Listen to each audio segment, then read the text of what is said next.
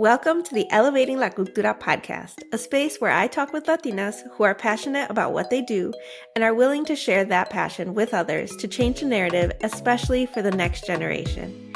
Each season is centered around different topics, but all with the Latina perspective. Welcome as we continue with season 12 with a focus on women's health. It's going to be a great season, so let's get into it. Dr. Alma is a pharmacist and functional health rebel blending ancestral wisdom with modern science to help mujeres heal holistically. She's the bridge between cultura and cutting-edge wellness, turning overwhelm into action and burnout into balance. Part coach, part comadre, all heart. She tells it like it is and helps you heal while doing it. Dr. Alma doesn't just talk health, she makes it aspirational. Please enjoy our conversation. I'm so excited to have you on today. I'm talking with Dr. Alma, and I am just excited to bring more knowledge, more wisdom, more of your knowledge and wisdom, because I could use all the knowledge and wisdom that I can. But your knowledge and wisdom around women's health. I think this season has been amazing, and I especially love to hear from people who are really pouring into their communities and really focused on women's health, but especially as it pertains to Latinas. So why don't you go ahead and introduce yourself? Thank you so much for having me here, Karina. I really am happy to be here, and I love talking about women's health. That's totally my jam. My name is Alma. I am a pharmacist, so that's why I have the Doctora Alma. I am first-gen Latina, actually an immigrant myself, and I grew up like many immigrants do with, low recursos and really kind of poor and, not really aspiring to much in our families except maybe working after high school. But I actually ended up going to pharmacy school after I got pregnant at 19. I didn't want that for my daughter, so I wanted to seek a better life for myself, but also for her, of course. So I decided to look at what I can do, what avenues I can follow to have a more success, right? Quote unquote success, what we think of as in our communities. So I ended up going to grad school. I became a pharmacist. I worked at retail pharmacy. I'm not going to say which one, but it really sucked the life out of me just handing out prescriptions. And it's beautiful because I did that in community too, but the corporate pressure was just too much. It was not for me. They did not align with my values. I went to school to help people, and I didn't feel like I was doing that. So, that really kind of, sucks at your soul a little bit. So by networking, I was able to work in a hospital where I started working with cancer patients exclusively. So I am an oncology pharmacist. And then from there, I started to realize through my cancer patients and through my own health struggles that the medical system isn't really helping anybody heal, right? It's great to have for emergencies and for when we really need it. But a lot of us are suffering from chronic conditions can lead to ultimately conditions that are much worse. So from there, I decided that for my own health, I sought out a holistic practitioner who really, really helped me when doctors actually couldn't.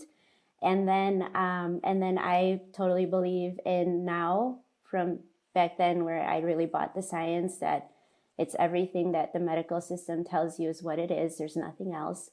But through this experience, I've realized that we do have to treat people as a whole person. We're not just body parts. We don't just go to the neurologist, the endocrinologist, the orthopedist. It's all connected. And I think the medical system misses that still. So I decided to become a holistic health coach because of what I went through and because I know that it works and I know people can actually get better, if not heal their medical conditions. So now I am a holistic health coach. I launched my practice in January. So pretty new for me, but I'm excited for this new path that I'm taking. I'd love to know more about your journey as a pharmacist, because until right now, I had no idea that a pharmacist could be or focus on something specialized like cancer treatment. How did you decide what you were going to go into? And yeah, for anyone who is interested in doing this, like, what is the process? Like, how is it like medical school where you have to like um, try different avenues to see what you like? Is it like you just start on a path based on connections? Like, yeah. I love this question. Nobody asked me this question. It's kind of interesting. So my path to pharmacy school is a little different. I've always been good at school. Even like in high school, I've always done really well in math and science were my jam.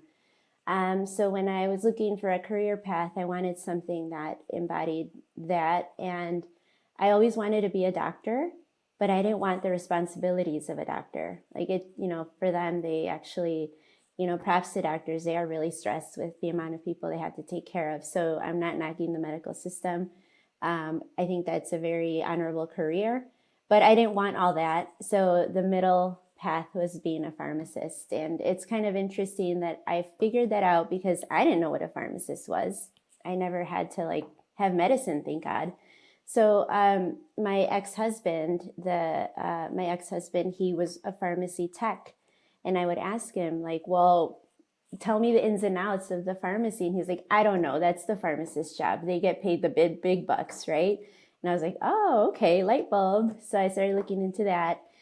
So you have to actually, as of now, I think they say they're going to change it, but it's 2 years of undergrad. And then from there, you apply to pharmacy school. So in total, it's 6 years of career or education. It is a doctorate program in the end. And you basically study the human body and how medicine affects every single cell of your body, not only positively, but negatively as well. And so we have the knowledge of everything that goes on with pertaining to, taking medicine, basically. It is kind of like medical school at the end. You can choose to do a residency in a specialty. So you can, there's peds, there's oncology, there's women's health, there's all kinds of specialties that you can go in, but you do have to do a residency. I think the universe I'm just lucky because I chose not to do a residency. I had a 5-year-old that I had to take care of, and I didn't want to like move states or like do that to her. So I decided to just take on a retail job, but through my connections with my friends that I graduated with, I was able to move into a hospital which had better hours. And it just so happened to be an oncology practice. So they hired me and they said, just catch up on all things oncology. And then, it's more of a learning process. You always have to keep up, right? So I didn't do a residency. I got very lucky, I think, in that aspect by networking, by knowing, wonderful people that uplifted me. And that's where I am now. So now I'm not in a hospital anymore. I don't say this a lot, but I will definitely announce it here because I think it's getting more accepted. But I got fired from my hospital job for not taking the COVID vaccine. And I'm not going to get into all of that, but basically that prompted me to go on to a specialty pharmacy, which I am there now. And it's much more chill. I talk to patients on the phone all day and I love it. Like I just love having that rapport and that communication with them. So I still practice, but to answer your question, it's a prolonged process. It's a lot of school. It's very hard too. Yeah.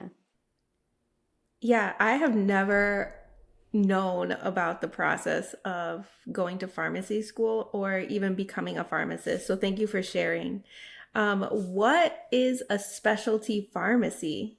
Oh, so there's different specialties, right? So ours is specifically for oncology. So our Okay. pharmacy focuses strictly on cancer meds, and a lot of our cancer meds are moving from IV to oral now.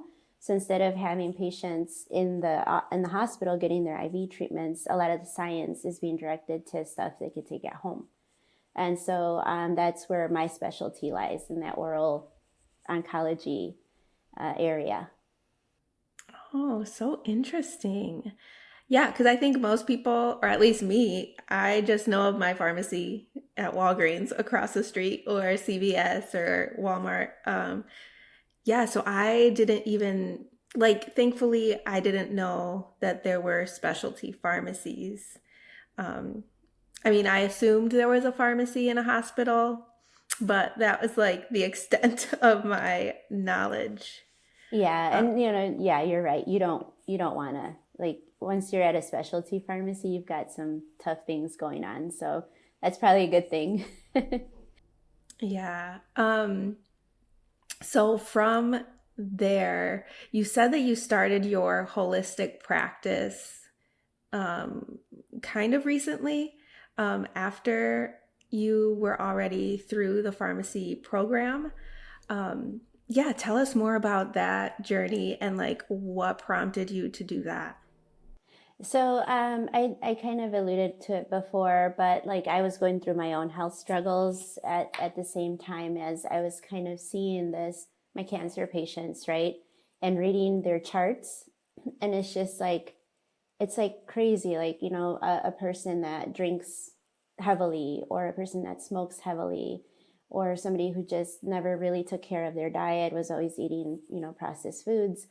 And it's interesting to me that there's like a bias, because in the medical community, we all know that's bad. Like every single medical person knows that eating too many processed foods, drinking too much, smoking too much, etc., it's gonna harm you in the end, right?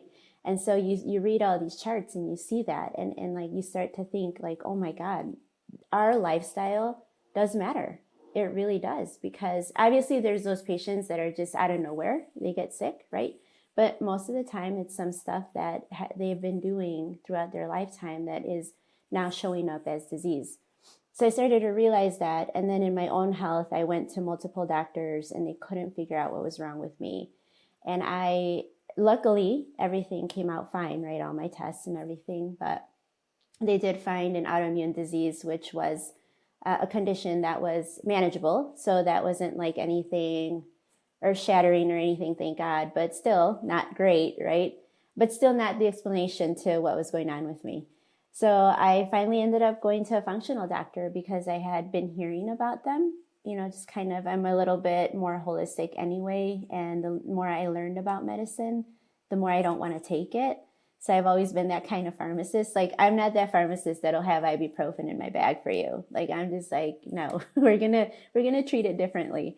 But for me, I think I've always been a little bit more holistic, a little bit more like I want to have a good diet and work out and have movement. And so when I couldn't do that because of what I was going through, I had to find a solution. So finally, I went to the functional doctor. And it was crazy because she did all these tests that I never heard about, and she tested my hormones, which doctors don't really do. And so she found that my cortisol was really low, and it was almost non-existent from years of stress with, the school and my daughter. And at that time, the marriage was bad. That's why he's my ex-husband. So all of that kind of accumulated, and I was in total burnout. But, doctors don't really look at that. They're just like, you're just stressed, right? Or you're depressed. Take a depression medicine. And so, but she totally fixed me. She gave me a protocol. She's like, we're going to do these diets, we're going to do these supplements, and you're going to do this. And I don't want you to work out, actually. You need to stop. And so after all of that, I started feeling like myself again. And no, if I would have taken the doctor's advice, I would have done nothing. And then, because nothing was quote unquote wrong. And so I don't know where I would be today if I had not gone down that path. And I feel a lot more healthy than I even felt in my 20s or 30s now. Wow. I think like right now, a lot of us, like millennials, are trying to really understand our bodies. And we are realizing that our hormone health and like the internal health of our systems and our organs is so important and something that we're not taught. Um, so can you go more in depth about like hormone health and like even how to um, connect with someone who can actually help us?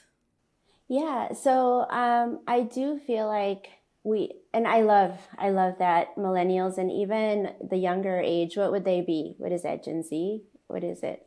Yeah, I think so. My kids Well, are like Gen Alpha, so I'm like, oh, I okay. don't even know. Yeah. So my daughter, she's 24. And even I see it in her that she's really intentional about what she eats, about her workouts. She's very, disciplined with that. And I love that. I love seeing that shift, especially in our communities with our kids. So I love that. But yes, I feel like we are, like all you really get in school is like sex ed, right? You get a period and then you can have babies and you don't want that, right? So that's kind of why they teach us, I think.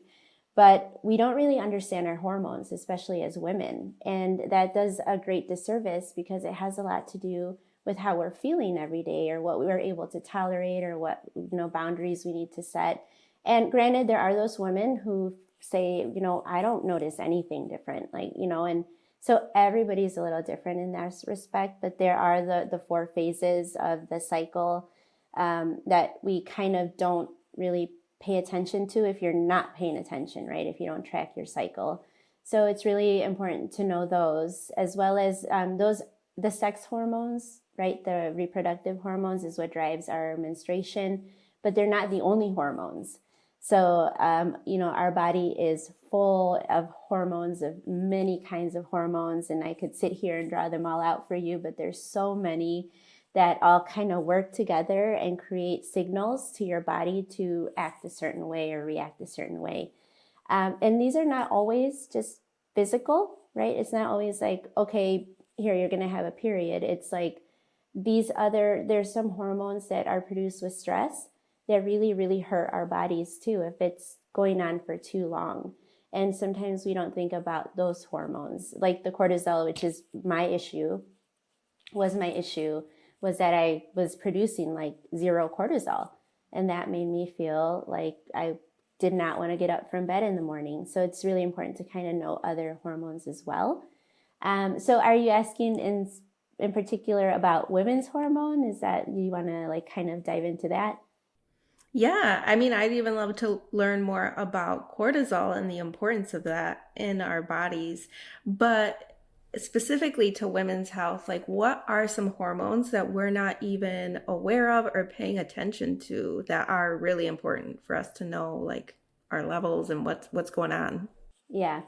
That's a tough question because there are very many hormones that are involved in our reproductive system, and it's hard to like map it out for you, but I think the simplest way to answer your question is that there are four main hormones that dictate our menstruation, right? And so we obviously have the estrogen, the progesterone, and then there's something called LH, which is the luteinizing hormone, and then the FSH is the follicle stimulating hormone.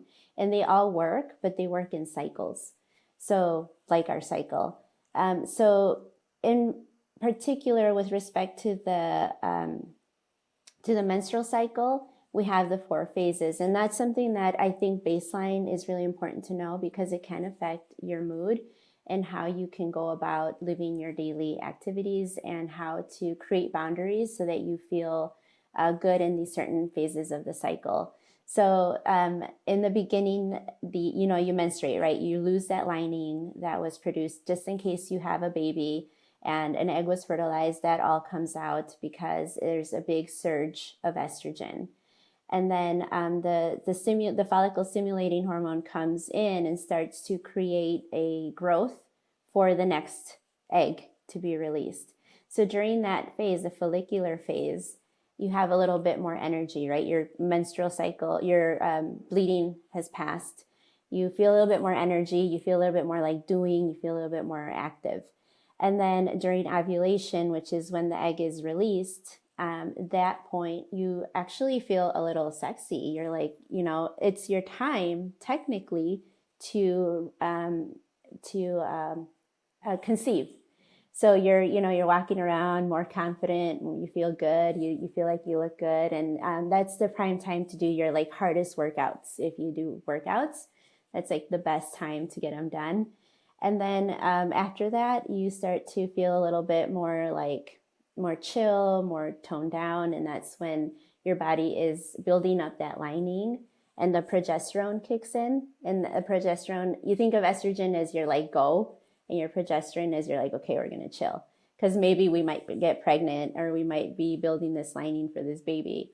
So during that time, it's a little bit more chill. You do your little, a little bit more like walking, maybe more chill exercise, eating more nourishing meals. And then again, you go back into menstruation, where you really want to just, most people want to just chill. They want to just like, give in to their antojos and like, be a little bit more relaxed, let your body do what it needs to do to expel that, and then start over again. So that's pretty much the cycle. Like I said, most women they're not aware. So it's kind of good to start to kind of track when it starts and kind of see how you're feeling throughout your cycle, just so that you know. And then one of the other things that I kind of want to point out, it's controversial, but as a pharmacist, I see what birth control can do and can't do. And a lot of times it's not great for a lot of women. They don't tolerate it really well. So I usually recommend that if you don't have to be on birth control, I wouldn't recommend it. Obviously, the medical picture and that is different for everybody, but that kind of hijacks that system. And so it kind of messes things. So when you do want to rely on your cycle, it's kind of messed up. And most women recover fine from it, but a lot of them have long repercussions because of everything that the birth control kind of messed with. So there's that. And the ovulation window is very small. So for pregnancy to occur, it actually is a very, very tight window. So there's ways to kind of work around that without birth control. So that's something controversial maybe, but is something good for some women to know. Yeah, I think the more that I'm talking to women about this stuff, like I am hearing more people move away from birth control and try more holistic approaches to tracking or birth control, like more holistic birth control options. Yeah, thanks for sharing that. Is there something that, like, as I am raising the next generation, that I can be like preparing or educating my kids on that now? Yeah, I can't speak for boys because I don't have one, but just having them be knowledgeable about their women counterparts, like, hey, women go through these things, just being honest with them. I think that'll serve in the future when they have a partner. They can be a little bit more mindful and sensitive of what their partner may be going through. But as far as girls, I think just giving them the knowledge that you have, right? Telling them, first of all, talking to them about sex, because I think that a lot of times, I don't know about you, but my mom never talked about it at all. It was like such taboo topics. But just being open and honest about, about sex and what happens biologically in the body too, just so that they are aware of the repercussions of their actions, right? If they choose to do something, they just have to know what they're getting into. And then also talking to daughters about their cycles. Like, this is what happens. There's so many books out there that are so easy to read and communicate to children about what their bodies are going through. And obviously there's, as they get older, you can get a little bit more like, okay, so this is going to be, how the hormones work, how you can help manage. And unfortunately, these days, a lot of our girls are really struggling with menstrual, issues. And so that's why they resort to birth control at such a young age. But that's where it's important to make sure they have proper nutrition. And a lot of our kids don't nowadays. So kind of tying that into how that's important for their body to function optimally is, as a way to maybe get them to eat a little better. But yeah, just letting them know. I think knowledge is the best thing that you can impart to the youth, and then they can take it and use it to their advantage as they're growing up. I'd love to hear the beginnings of your practice now. Like, how did you get that started, and how has it grown since you started? So I got certified in functional medicine. And after I got certified, I was like, okay, I can, help people with this. So I decided to open my practice after I did that. And I think it's been a little bit slow growing. I think this, like you said, the millennials are starting to realize like, oh, I don't know much about my hormones. And actually going back to that, most when you go to the doctor, most of them don't test you for hormones. They assume everything is fine unless there's a problem, right? And if there's a problem, then they will test hormones, but not in the way functional medicine does it. Like functional medicine can map all of your hormones, but it's not cheap. But if you want the knowledge to do that, you can, right? So there are different options for you to be more knowledgeable about your own hormones in your body. And that's where functional medicine can help. So I opened my practice to help people kind of get a better handle on their health, right? So there are people who do want to know more. There's people who do want to know how to do better. So if you go to the doctor and they're like, you know what, you need to exercise and you need to eat better. And then, like, well, what does that mean? Like you go home and you're like, okay, now I've been told to do this because maybe I'm getting prediabetes or something, and then you just still come out with like not knowing what to do. So in my practice, we go over that. We go over everything that's going on with you. We want to know everything that has happened to you since birth, even how you were born, because it all kind of paints a picture of what you may be going through physically. We also talk about your mental health. We talk about your emotional health, your social health. Like, is there people that you don't feel safe around, things like that, because that can all really affect your health, even if you don't really think so.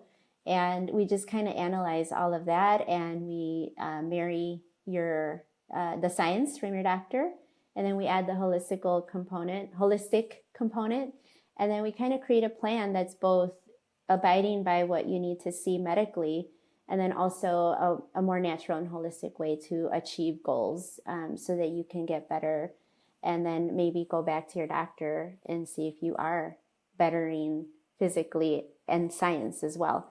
So it all kind of comes together like that, and that's what I want to help people with. So I did open in January, and it's been good. I think what do you say, the receptivity, right? I tell people about it and they're like, oh, that's really cool, but when it comes down to it, unfortunately, because it's not covered by insurance, it's something that you totally do on your own, because obviously you're doing something the doctor probably wouldn't do for you, so insurance wouldn't pay for it. So that's been a little bit hard for people to wrap their head around, is that, it's not really a covered service, but, if you want to kind of go in a different direction, it's an option for now. But yeah, that's kind of what I'm working towards, is helping people just who are not getting answers from their medical doctor, or just know that something's wrong, but they really can't pinpoint it. So I help with that. And then obviously people who don't really know where to start, right? They just have an idea of what they want to do, but have no idea how their hormones are, have no idea what their labs are really telling them. And then they have no idea like what supplements to take, and what diet would work for them, and just things like that. So just kind of getting rid of all that noise, and we streamline it and make a plan that works for them, that's really personalized, because not every intervention is going to fit every lifestyle. So that, is part of it too. So it's very highly personalized care. I love that. Where are you located for people to see you in person? I actually am in Illinois. So I'm, like maybe what's the north suburbs near Chicago. And but I actually can see people virtually. It doesn't have to be in person. I mean, I can certainly meet people in person if you're close and local, but I can do everything virtually nowadays. So it's, I can work with anybody. That's so interesting. Like, how does it work virtually to then like get labs and like all of the things that you might need to do in person? Yeah, everything's so like coordinated now. So we do our visits like this, like me and you. We're talking ahead of time. If I'm looking at your medical history, you would have sent me all that information. And I do ask you for your doctor's stuff too. I'm like, give me all the results, the x-rays, the labs, send me everything. I'll look at it. And then, so I would have done that, and then we talk about it. And then I suggest, let's check your gut. I think there might be some leaky gut, or let's check your hormones. Let's map those out. So just depending on the client's needs, we go to and I recommend tests, and then so that's pretty easy too. I just put in an order, and they send the test to the client, and then they do the test, and then they send it back, and then they send me the results within a couple weeks. And then once I have that, I review all of that, and then we move forward and have another consultation like this. And this is a plan. This is what we found. This is how we're going to move forward. So that's how it works. And then we check in once a month, depending on how long you want the follow up for. But we do talk and see how it's going, and see if we need to modify anything as we go along. That's amazing. I think like with technology these days, like we can do almost anything virtually and get the care that we need virtually. That's exciting. Especially for people who don't like it's not convenient to like go up to the north side. I mean, I live in Chicago, and the north side, like from the south side to the north side, depending on traffic, can be like an hour to 2 hours. Is crazy. Yeah. Girl, I'm like, when they're like, oh, there's an event in Chicago, I'm like, oh, it's just so far. And it's not that far. It's just the traffic, the parking. Yeah. It's just, it becomes a whole thing. So I understand. I totally understand. Yeah. Well, I mean, congratulations to almost being a year into opening, right? Did I hear that correctly? Yeah. Yeah. In January. Yeah. Well, congratulations. If someone wants to work with you, like what are the steps that they would take to start like the process? And then, well, I'll let you answer that and then I'll ask another question. Yeah, so I'm on the social media, Facebook and Instagram at Soul Body Holistix, and in there you can click on the links right in the bio, and then that will lead you to book a call. And so we can book a free call, see what's going on with you, and see if it'd be a good fit for us to work together. So that's complimentary. You can also DM me. I mean, I'm not like I'm not gonna ignore you. So send me a message. I'd be happy to hear it. I'll answer the DMs. And then also I have a website, so that, at my website, you can also book a call there, and then just check out what services I have. So right now I have a lab review service where you send me your labs from your doctor. I analyze them, and from there I give you kind of a mini protocol, like this is what we found.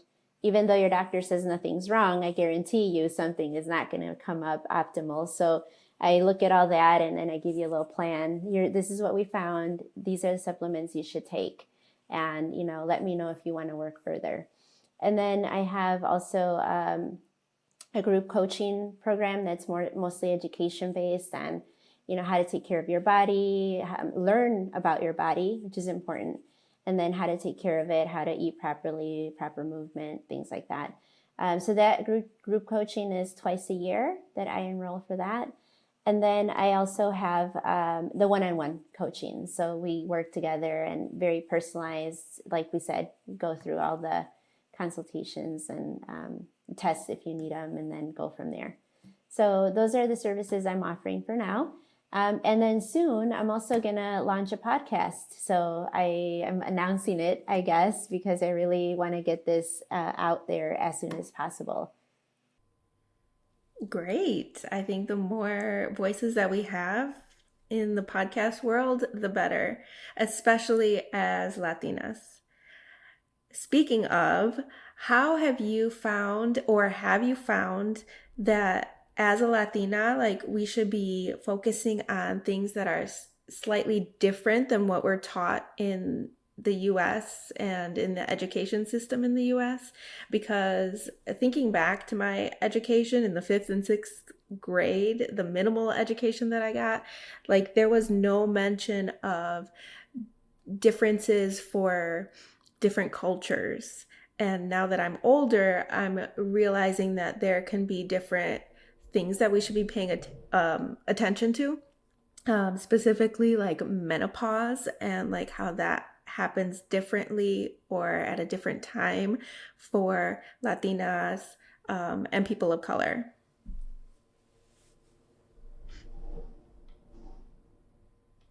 Oh, yeah, I know. I ask these big overarching questions.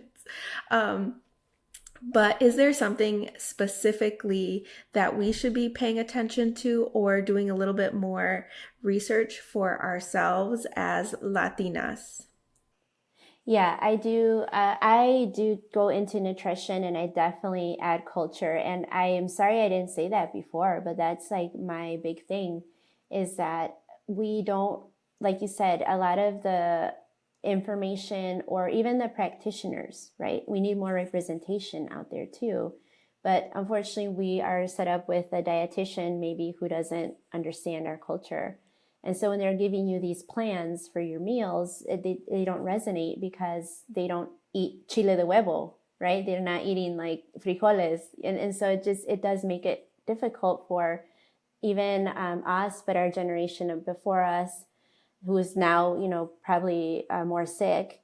And so it plays a really, really important part in being not only Latina, but in our culture as well in general.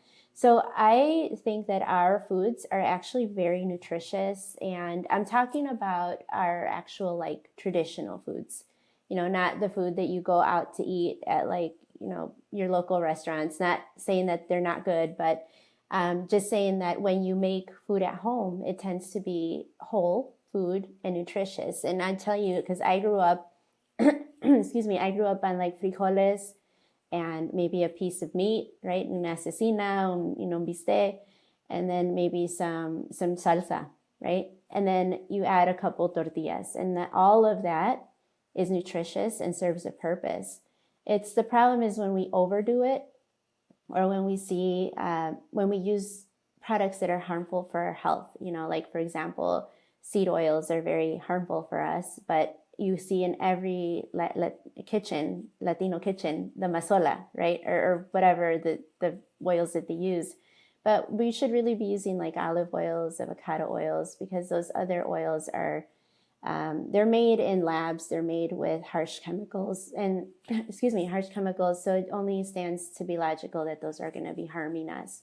So it's kind of just re-educating, it doesn't change really the flavor, the taste of the food, doesn't change the quality. We should still go back to our roots with that, with our foods. So it is really important to tie that into our culture and our lifestyle, because we cannot sustain something that doesn't make sense for us. Yeah, I mean, that's so encouraging because when I was focusing on nutrition, like when I was younger, it was like dried chicken and like vegetables that I wasn't like, I didn't grow up eating. And so I'm just like, oh, this can't be how I'm going to eat for the rest of my life. So yeah, I'm encouraged by you encouraging us to like go back to our roots and learn how to make our cultural foods. Not only is it okay for our nutrition, but it's also really good for our soul. Like feeling that connection to our roots is really powerful, at least for me and my mental health. Yeah, no, I always like, well, my mom, she still cooks for us, right? We're still spoiled in that way. And I just watching my mom, it like seeing her cook, it's like such an act of love on her part. Like she's not out there like, oh, I love you, like, whatever. This is how she shows love. And I love watching her cook because she's so like focused and concentrated, and like you could tell, right, that she really cares. And that is beautiful. That feels good for us because we feel loved, and I'm sure she feels good making it, right? Because it's the process of making it too. So yeah, I completely agree with you. I think that's such a loving act, and we have to maybe pay a little bit more attention to that, and also learn from them because they are using whole foods and in making their foods, right? And usually we can substitute with maybe better options. So like in the house, I'm like, we're not going to have masola, but here are all these other oils that you can use, we just have to make it a little bit more healthy for us. But yeah, it is beautiful. And what advice would you have for the next generation? Oh my God, I have so much advice. I guess one thing is I would say if people tell you, no, you can't do it, just turn around and say, why not? Why not? Why can't I? Right? I think if I didn't do that, I would never have become a pharmacist because I certainly got a lot of, what are you doing? Energy from a lot of people, especially counselors and people who are supposed to be helping you. So just because you hear that and it doesn't sit right with you, question it and then, do what you think is right. But the other thing I do want to say is to younger people, and I know that we've talked about it, they're kind of noticing this already, but taking care of your health is super important. And I know that it's hard to think about it when you feel fine, when you feel healthy and invincible, really. Like all of us in our 20s are always like, nothing's going to happen to me, But the choices that you make now do carry over into when you're older. So just be mindful of that and, be gentle with yourself, take care of yourself. Don't be too hard on yourself. You're learning and you're getting through things, but also try to keep taking care of your body the best you can. And I think it's mostly consistency. It's not 100%, but the more that you can take care of your body, the better it'll serve you when you're older. I love that. Thank you. And where can people find you? So Instagram, Facebook is usually where I'm mostly active on. And then also my website, you can email me or send me, book a call there. And so, and then the podcast, which I'll be announcing soon on Instagram and Facebook because I haven't really even named it yet, but I'm in the process of doing all those things. So soon. Oh my gosh, I'm excited for you. Thank you. Love podcasting. Thank you. I'm excited too. Okay, well, thank you so much. This has been such a great conversation. I am thankful for your time and your vulnerability and just sharing all your knowledge and wisdom. Thank you. I really appreciate you being here. I thank you for letting me be here. Yeah, thank you. All right, well, I'm sure we will see each other soon in some networking event, and I'll have to make it up to the north suburbs sometime and meet you in person. Yeah, just take the train. The train's easy. Yeah. All right, well, thank you, and I'll see you later. Okay, thank you. Bye. Bye. I'm so thankful for all this knowledge I'm getting and sharing with you all this season. Thank you so much for listening. There'll be a new episode every Tuesday, so after you listen, feel free to take a screenshot to post on Instagram and tag @Elevating La Cultura, or send me a DM. You can also comment on our YouTube video if you're watching online. I always like to hear from people and how they resonate with the stories I share. So leave a review on Apple Podcasts so we can get more ears listening to these stories and we can continue elevating La Cultura. All right, enjoy the rest of your day, afternoon, evening, whenever you're listening, y nos vemos next week. Bye.